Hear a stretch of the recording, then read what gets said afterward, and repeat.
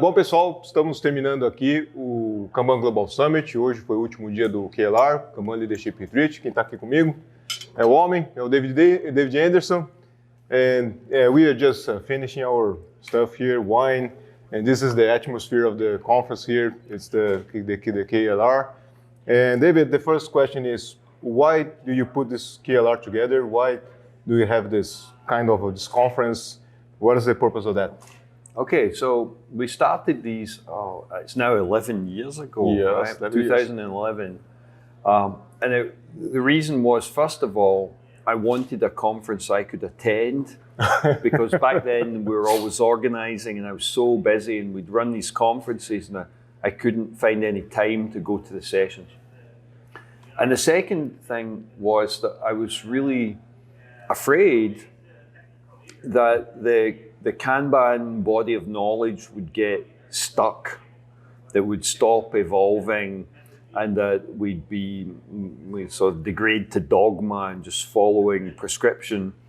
And there needed to be an event where we could get people with experience and people who are out using Kanban in a room together where they could talk about what's working, what isn't working, ideas they've got, problems they need solving. Yeah, some information from the battlefield, right? Absolutely. And that we would be able to move our body of knowledge forward. And that's really happened. Yep. Over the years, people have come along and consequence of sessions at KLRs have been things like, originally it was called the Depth of Kanban Assessment Framework, and that was a challenge to just the depth of Kanban, whereas visualize, limit WIP, manage flow, make policies explicit, and so on. And someone came, his name was Håkon Fors, he came to a session and he said, I want to challenge this. I don't think it's a linear thing. So the outcome of those sessions was a new thing called Depth of Kanban Assessment Framework. And we used that for a few years. Then we realized that we needed something even better. And what emerged out of that was the Kanban maturity model.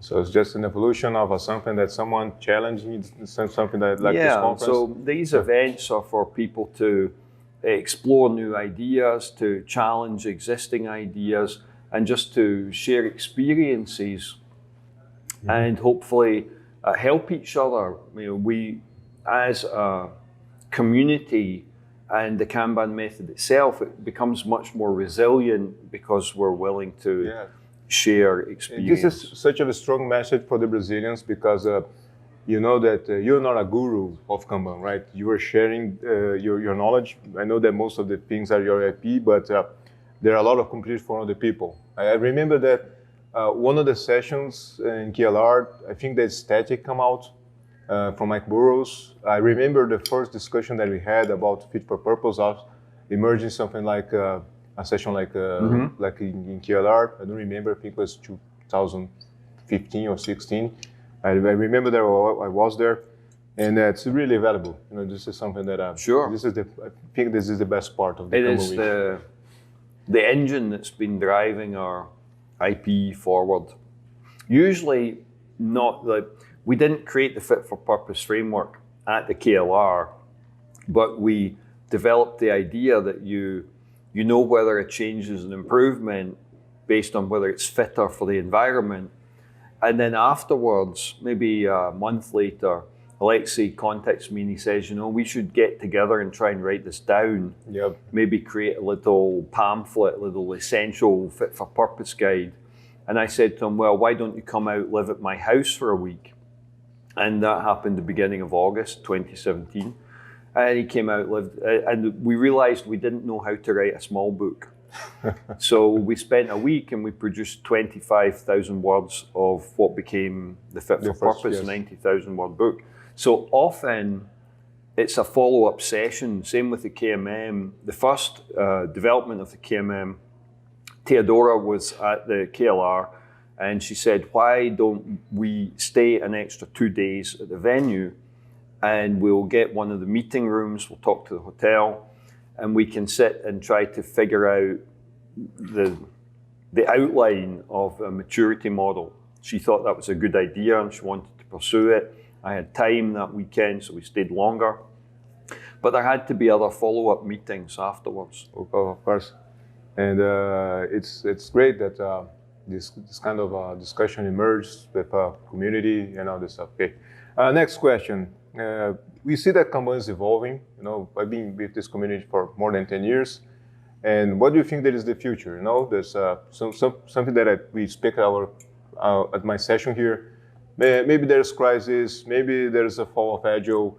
Why do you think that is going to evolve after that? Well, there's lots of different trends we see in the market. Now, of course, we're living in some difficult times. There's been a pandemic, there's a war on, there's global recession coming. So it's been hard to predict for businesses, right? It's tough. However, we definitely see some early signs that Kanban's becoming a technique that can be widely used across all sorts of industries. We have people approaching us and saying, hey, you know, I'm a lawyer, but I'm kind of retired, and I love this Kanban stuff. I want to teach Kanban to law firms and legal services. Or I'm an accountant, and but I don't really do accounting anymore, but I'd love to sell Kanban training to accountants. So we're seeing these vertical market solutions like flavors of our Kanban training appearing, and it's an accountant teaching accountants Kanban and a lawyer teaching lawyers Kanban. Nice. So that's one of the trends that we see. And I think the work we've done on the maturity model, we've now got 1,250 KCPs around the world and quite a few in Brazil already. Yes. Some great work there in building that community. And those people are out evangelizing the organizational maturity, and it's pragmatic and actionable, and they know how to achieve it. And as we mature the market, that enables scale. So we're seeing a lot more bigger scale implementations. Hundreds of people, thousands of people, tens of thousands of people in some cases. And that's beginning to make some real economic impact for companies. I think we're going to see more of that.